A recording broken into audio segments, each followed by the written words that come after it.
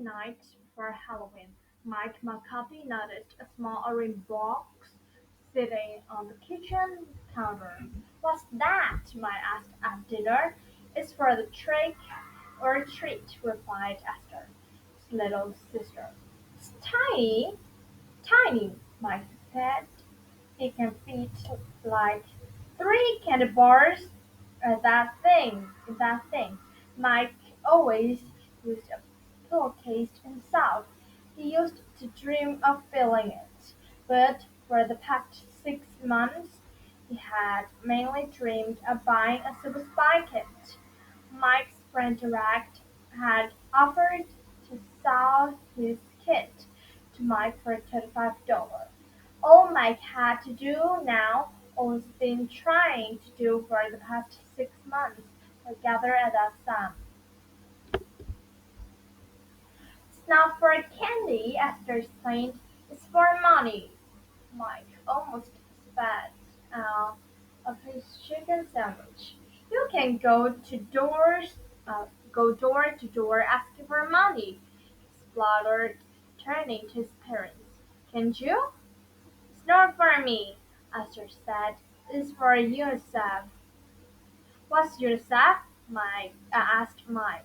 It's a charity that helps poor kids around the world. It could use some help, said Mike. Mrs. McCarthy rolled her eyes. Not like these kids, she said. The next day at lunch, Mike complained to Derek. Can you believe it? He cried. Maybe I should collect the money and keep it myself. Maybe you should, George said. After all, Mike continued. I don't know the kids and the obligations to them.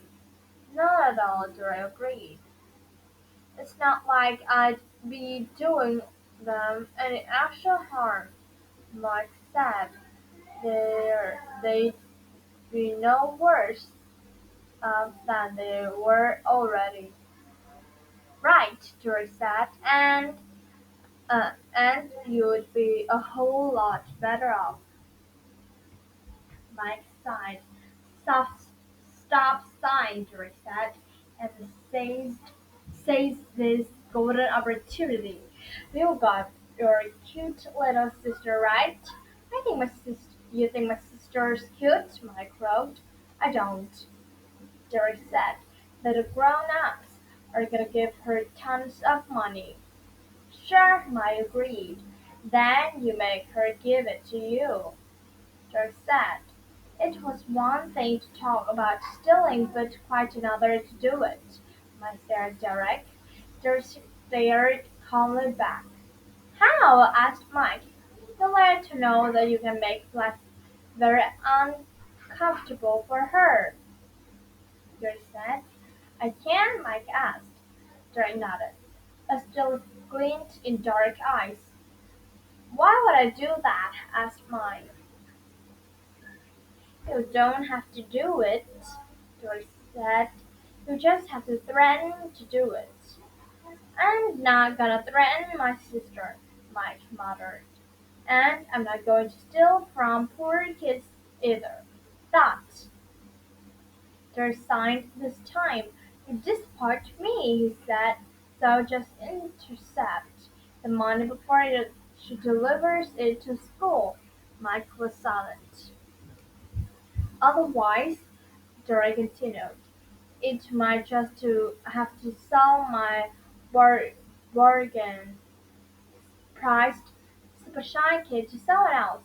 Don't do that, Mike cried. I won't, Dora said.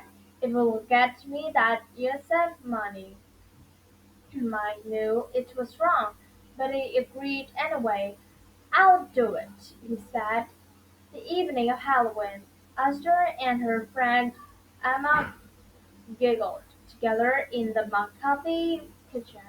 Emma was dressed as an angel, while Esther sported a red dress, red ties, and shiny red tails and horns. Her skin was bright red too, Look evil? Mike said. Thanks, Esther replied. Derek showed up, a fur-trimmed hat, a droopy mustache, and a potty little beard. He carried a curved and creepy-looking sword. "You look like a cook, master," Mike said, crossed with a kitchen. "Close," Derek said drily. "I'm Genghis Khan." "Who's Genghis Khan?" Mike said. "The ruthless Mongolian warrior who created the largest empire in the world by destroying his enemies," Derek said.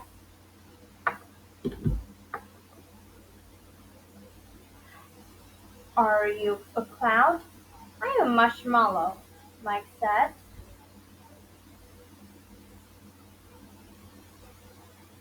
Derek's lips curled, a slightest smile. "Yes, you are," he said. Outside, Mike took in the smell of fallen leaves and the sound of the crunching of the boot. Thrilling chill was in the air, and free candy are just around the corner. It should have felt good to be alive, but instead Mike felt slightly sick. Found himself wishing no one would give his little sister any money, but Esther had predicted. Esther UNICEF collection went very well. In the first hour, she collected 11.11 and in the second hour she collected $8.75. I still fell asleep. I snuck into her room and found the UNICEF box. Once he removed the money, he used all salt water taffy to Gustave and a August cluster to replace the weight of the coins. Then Mike crept back to his room. Sleep was a long time coming, though, when finally managed it. Mike's dream were travel. A devil perched on his left shoulder and angel on his right, and the whispered flitting advice into his ear. Mike had seen this happen on TV before, but this in his dream Jordan was a devil and Esther was the angel. Mike knew this even though his sister wore the horns. When Mike woke in sweetie panic, he knew it still. He leaped out of bed, tiptoed back into the hallway to Esther's room. He replaced the stolen money in the box. In his haste, he left the candy. The next night at dinner, Mrs. McCarthy asked Esther how her class UNICEF collection went.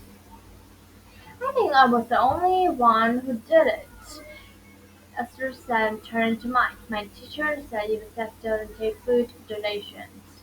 She likes salt water, toffee, and love nuggets, though. So she took your candy and donated an extra $5. I forget the exact total. Mr. and Mrs. McCarthy had been beaming at their daughter. Now their beaming gazes shifted to their son. Mike cleared his throat. $25, he said weakly, and 15 cents. Yes, Esther cried.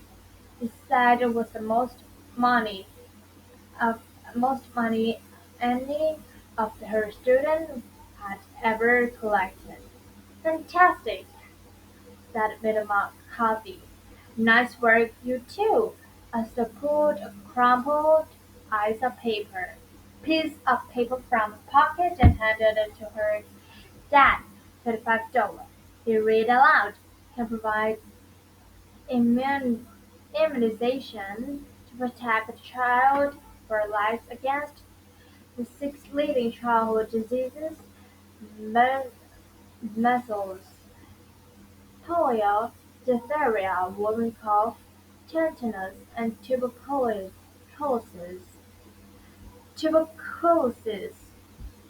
Shots, my said. We're forcing some kid to get a bunch of shots. Maybe, Mrs. McCarthy said quietly, and maybe those shots will have saved that kid's life. You think? Asked Mike. His parents nodded. Weird, Mike, said Mike. Wonderful, said Mrs. McCarthy. Wow, said Mike. Then, for it felt like first time in days, smiled.